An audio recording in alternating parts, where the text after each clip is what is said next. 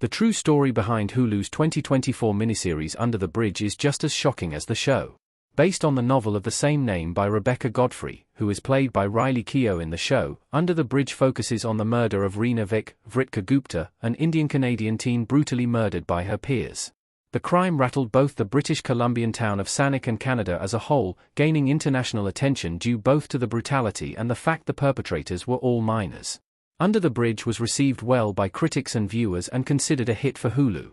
What's more, the way the miniseries portrayed the true story was also remarked on as a strength. However, there were several key details changed or omitted from Under the Bridge, and the true story of what happened to Reena Vik, and those who murdered her, is incredibly complex. Who was Reena Vik? The real victim played by Vritka Gupta explained. Reena stands in Sevenoaks in Under the Bridge.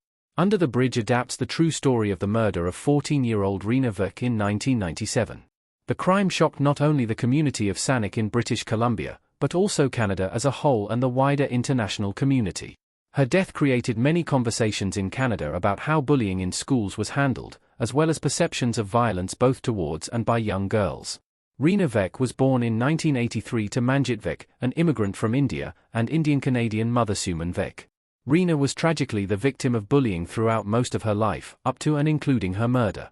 Due to her struggles being accepted by her peers and her conflicting desires to fit in with those her age and her parents' strict religious views as Jehovah's Witnesses, she fell into rebellious behaviors such as smoking and marijuana use at a young age.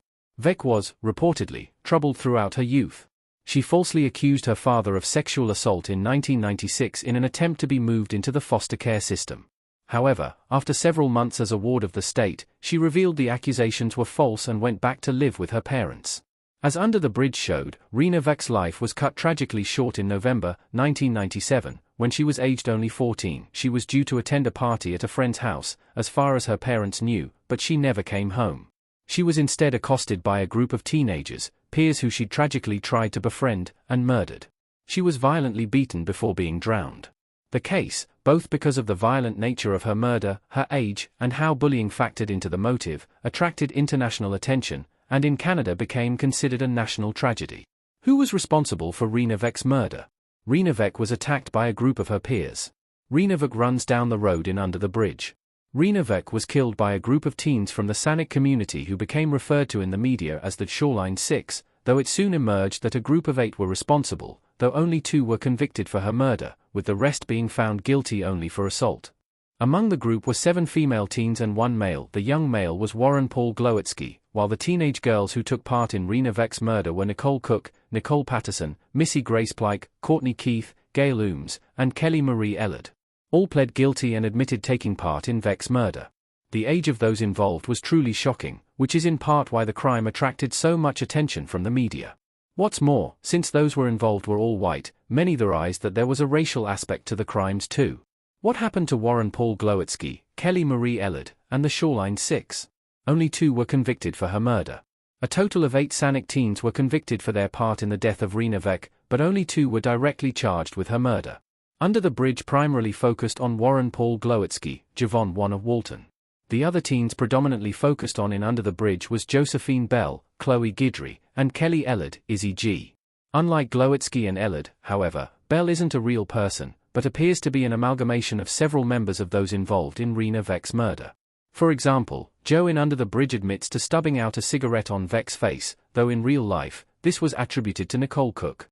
However, Joe takes responsibility for Vik's murder in Under the Bridge, which Nicole Cook never did. Instead, it was Kelly Marie Ellard who was convicted of the actual homicide alongside Warren Paul Glowitsky, with the rest of those involved in the incident simply being found guilty of assault. Warren Paul Glowitsky was 16 when he took part in the murder of Reena Vik and was sentenced to life in prison for second-degree murder in 1999. However, he was released in 2010 on parole, with his current whereabouts being unknown. Kelly Marie Ellard, who was 15 at the time of the murder, was initially convicted for second-degree murder in 2000. Despite multiple retrials, this sentence still stood. As of 2022, Ellard remains behind bars. This is partially due to her deciding she is still unfit to return to life outside of prison, but also due to the parole board deciding she was still unsafe. As for the rest of those involved in Reena Vik's murder, Nicole Cook, Nicole Patterson, Missy Grace Pike, Courtney Keith, and Gail Ooms were convicted of assault. The lengths and nature of their sentences varied, with some spending as little as 60 days in prison, with others serving up to a year. What did Under the Bridge change about the true story? Several details were altered or added. Cam looks upset in Under the Bridge.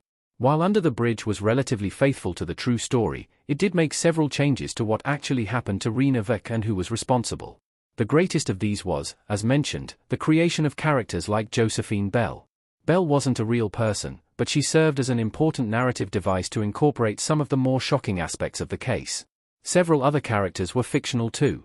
For example, Lily Gladstone's Cam Bentland, a police officer investigating the assault and murder, isn't based on any specific individual and doesn't exist in real life. Iona Goodfellow's Dusty Pace was also fictional, but is believed to mostly be based on Missy Grace Pike. There were also several specific elements of the group's behavior following the murder in Under the Bridge that don't quite correlate with the true story. For example, in the miniseries, Kelly Ellard kept a pair of Rena's shoes. This didn't happen in real life, and was added for dramatic effect. While Ellard and several others returned to the crime scene and gathered some of Rena Vec's belongings, this wasn't to collect keepsakes. Instead, anything they found they disposed of to ensure there was no evidence. The other big change to the true story of Rena Vec's murder in Under the Bridge was the arrest of Warren Glowatsky.